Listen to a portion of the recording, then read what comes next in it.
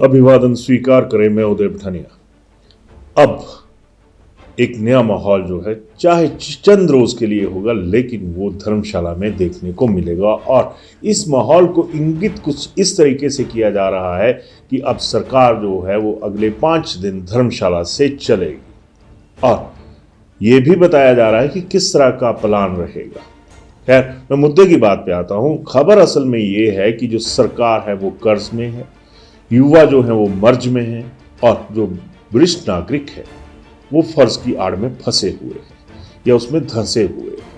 ये कहने की एक वजह है क्योंकि आज जो अखबारें बता रही हैं उनसे यही खुलासा हो रहा है कि सरकार धर्मशाला में है, और सरकार के धर्मशाला आने पर किस तरह के आडंबर हमेशा की तरह होते आ रहे हैं ये भी देखने को मिल रहा है।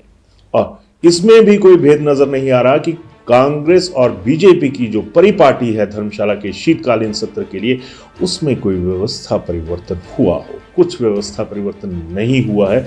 जिस तरह से एक कहा जा सकता है कि फालतू के खर्चों की जो भरमार है वो यहां पर चली हुई है। खैर, मुद्दे की बात पर आता हूं। अब जो ताजा माहौल है उसमें यह पता लग रहा है कि कल 18 तारीख से धर्मशाला में जो माहौल है वो गरमाने शुरू हो जाएगा, क्योंकि कोई भी ऐसा वर्ग नहीं है जो ये ना कह रहा हो कि हमने धर्मशाला आकर सरकार से बात करनी है, या फिर हमें सरकार के सामने अपना पक्ष रखना है, या फिर हम विरोध दर्ज करवाएंगे। यानी हर किसी का जो लिंक है वो सरकार के साथ है कि हम ऐसा ही करेंगे।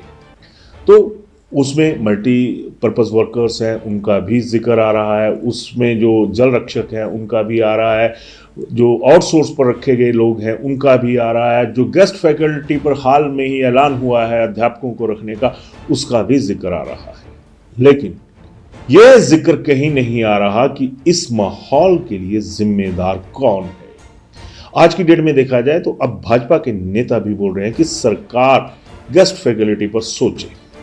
जब आप लोग थे तो आपने कितना सा सोचा था, लेकिन अब कांग्रेस कह रही है तो सराहें नजर आ रही है। एक बार फिर वही सवाल उठ जाता है कि जिस बेरोजगारी का स्यापा पीटते हुए लोग रोज सड़कों पर दिख जाते हैं, पिछले कल गेस्ट फैकल्टी केस में ही आप ये देख रहे होंगे कि कितने से जो छात्र हैं या जितने से जो अभ्यर्थी हैं वो अपना मानसिक संतुलन खोते हुए नजर आ रहे हैं।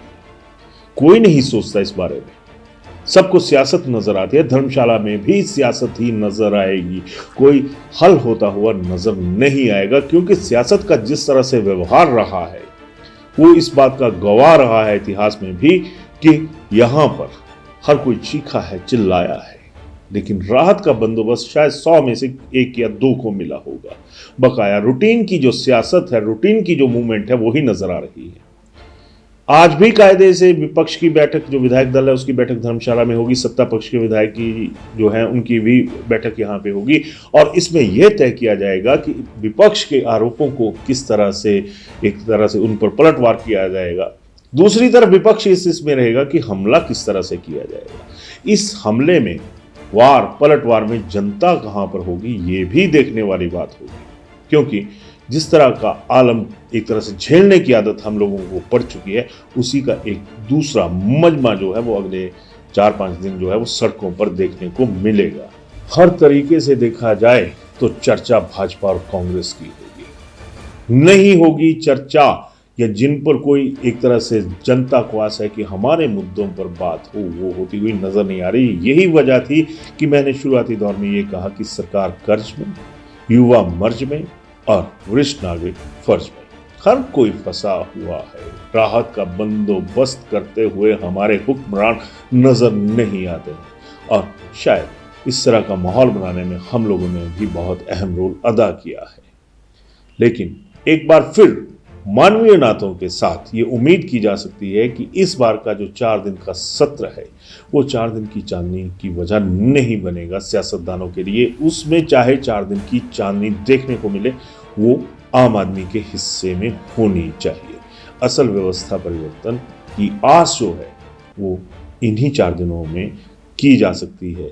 तो ये दुआ कीजिए कि आम आदमी के लिए आवाज़ बुलंद हो, ना कि सियासतदानों की सियासत के लिए जो आवाज़ है वो बुलंद होती यहाँ पर नजर आनी चाहिए। धन्यवाद। भूषण ज्वेलर्स लेकर आया है आपके लिए फेस्टिव बोनैंजा की ये धमाकेदार स्कीम। आप भी जीत सकते हैं 3 गाड़ियां, 5 स्कूटी और अन्य ढेर सारे इनाम। आज ही विजिट करें भूषण ज्वेलर्स सोलन।